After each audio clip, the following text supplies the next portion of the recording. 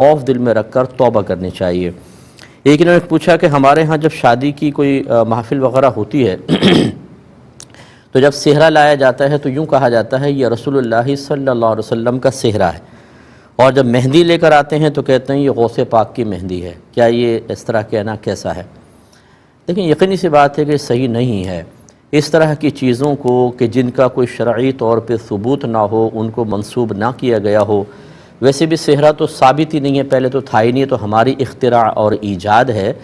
تو اس طرح کی مطلب مذہب کے علاوہ چیزوں کو مذہبی رسومات سا بنا کر پیش کرنا، یہ ہماری آنے والی نسلوں کو دین اور غیر دین میں فرق کرنے سے دور کر دے گا۔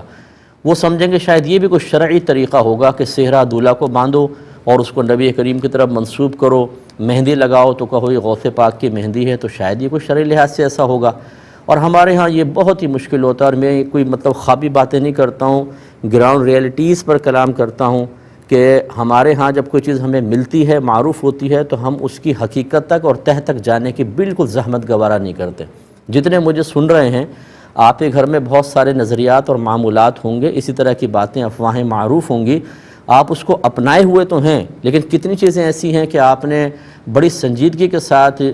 قرآن اور حدیث سے ان کا حکم یا ثبوت تلاش کرنے کی کوشش کی ہو، یا کسی سے پوچھا ہو کہ جی یہ ہمارے ہاں ہوتا ہے صحیح ہے کہ نہیں ہے،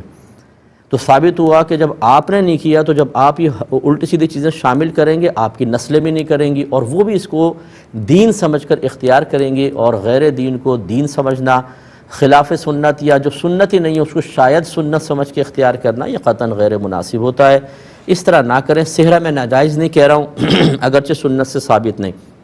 لیکن اس طرح منسوب کرنا یہ بھی بالکل درست نہیں ہے، اس سے اجتناب کیا جائے۔ لیکن پچھلے پروگرامز میں عرض کر چکا ہوں کہ جب ہماری اس طرح کی کوئی باتیں ذکر کی جاتی ہیں جو عین قرآن و حدیث کے مطابق ہوتی ہیں، تو ہماری عوام جو اپنے آپ کو مسلمان کہتے ہیں اور عام حالات میں شاید کسی عالم کا ادب بھی کرتے ہوں، مفتی کا جی مفتی لوگ، عالم لوگ اچھے ہوتے ہیں، لیکن جب اس قسم کی رسومات ہو رہی ہوں اور آپ منع کر کے دیکھیں تو ان سے بڑھ کر مجتہد اعظم اور اس زمانے کا امام اعظم ابو حنیفہ کوئی نہیں ہوتا۔ ارے جی یہ تو بولتے رہتے ہیں جاری رکھو بعد میں دیکھیں گے۔ یہ چیزیں جو آپ آج بڑی معمولی سمجھ کے نظر انداز کر رہے ہیں، ہو سکتا ہے کل آخرت میں آپ کے لیے بہت بڑی رکاوٹ بن جائیں۔ یہ کوئی معمولی چیز نہیں ہے، ہمارے پاس ٹائم نہیں ہوتا، ورنہ تو میں دلائل کے انبار لگا دوں کہ نئی چیزیں اور اس طرح کی خرافاتوں کو دین میں شامل کرنے پر نبی کریم صلی اللہ علیہ وسلم کا اظہار غضب کیا تھا، صحابہ کرام کا کیا تھا، تابعین کا کیا تھا، تو آپ کو کچھ اندازہ ہوگا کہ یہ کوئی معمولی چیزیں نہیں ہوتی کہ جس چیز کو چاہا دل چاہا پکڑ کر اس کو دین بنا کر اور دین کی تعلیمات کے ساتھ شامل کر کے اس طرح کی بدعتوں کو ایجاد کر، یہ مناسب نہیں ہے۔ تو جو سمجھایا جائے اس کو مان لیں، یہ اچھی بات ہے، لیکن اگر آپ کسی کو کہتے ہیں جیسے ہمارے سننے والے کسی کو سمجھائیں، کوئی نہ مانے تو لڑائی جھگڑا نہ کریں۔ ہمارا کام بتانا ہے، منوانا نہیں۔ کوئی مانتا ہے ٹھیک، نہیں مانتا بھی ٹھیک ہے، آپ کریں، آپ کی مرضی ہے، کیا کر سکتے ہیں۔